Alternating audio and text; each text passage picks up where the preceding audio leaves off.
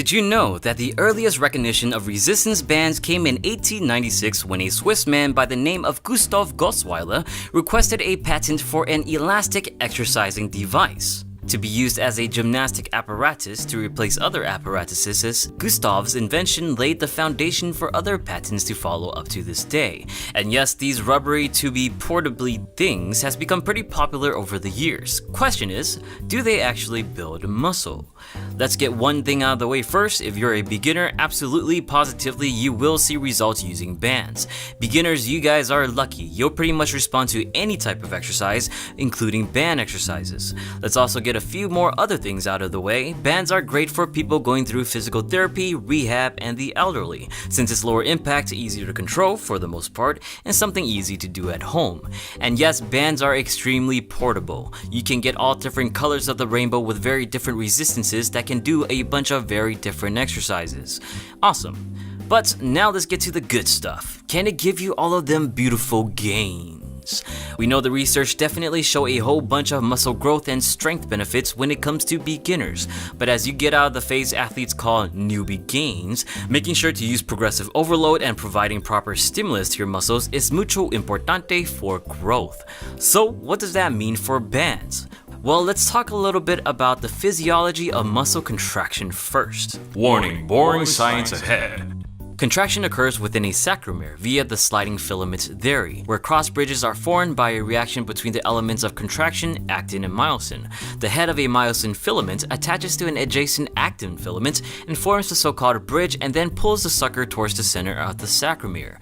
The more it pulls, the shorter the muscle fiber becomes, such as when you go from straight missiles to gun show. Now, based on different lengths of the muscle fiber, the amount of force you can produce changes. At its longest, force production is lowest due to the low contact between the contractile elements. In the mid-range, force is the highest with the most contact occurring, and then weak again at its shortest length due to overlapping. Here, take this funky scenario for example. A guy is pulling his thorn towards him attached to a rope. As he creates slack on the rope, another guy decides to join in and help, producing more pull power. The more they pull, the more and more people help out and produce more power. Eventually, they run out of rope space and start stepping back instead. But little did they know that there was another group pulling another stone right behind them. The two groups get in each other's way, forcing some people out, and force production dwindles. Now apply this to muscle force production and you'll see a chart like this. Weakest in the beginning, strongest in the middle, and weak again at the end. I'm not sure if that made any sense. Anyway, you're probably wondering how the heck does this have anything to do with resistance bands? Well, I'll tell you after I explain what that means for your traditional dumbbells. Now, if I were to take a weight where I can lift pretty confidently at the middle range of motion, where I'm the strongest, the weight is probably still no good because I can't lift it for reps at the weakest part of the range. That means I have to go lighter, of course. But now the weight is too light in the middle of the range and I'm not getting the maximal stimulus I need for growth. And as far as the bicep curl, I'm not getting much of a stimulus at the end neither. I know, I said that you're weaker at the end of the movement too. But in this case, something in biomechanics known as the moment arm is very short, meaning the line of resistance is very close to the axis, or your joint or elbow in this case. The shorter the moment arm, the less force needed to move an object. Thus, in the bicep curl, not a lot of force is produced at the end. I probably confused you even more than before, but let's continue. Okay, now let's finally look at resistance bands. The resistance applied from elastic bands are different from that of traditional weights. Duh. The way it is different is that it applies a growing level of resistance the more you pull through the range of motion. At the very start, the amount of tension and resistance is at its lowest, and then at its highest at the end of the movement.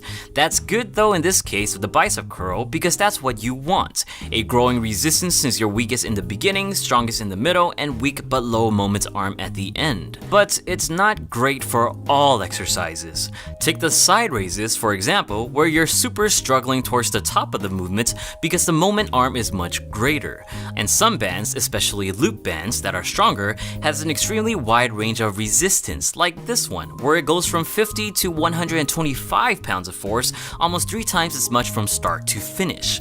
So this is a huge disadvantage to resistance bands, along with the fact that you'll grow out of the very light bands really quickly, and then using the heavier bands will be tough because it'll start pulling you instead of you pulling it.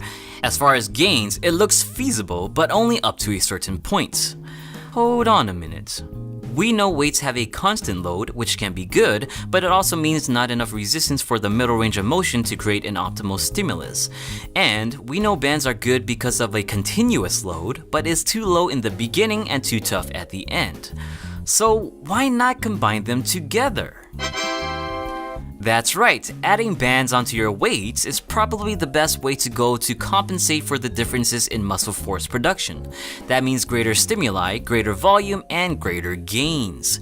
In fact, the studies back this up, where one even found as far as strength, subjects improved their 1-rep maxes twice as much with bands and weights than using weights alone. Results may vary. So the smart way to use bands is to simply use them with your exercises now.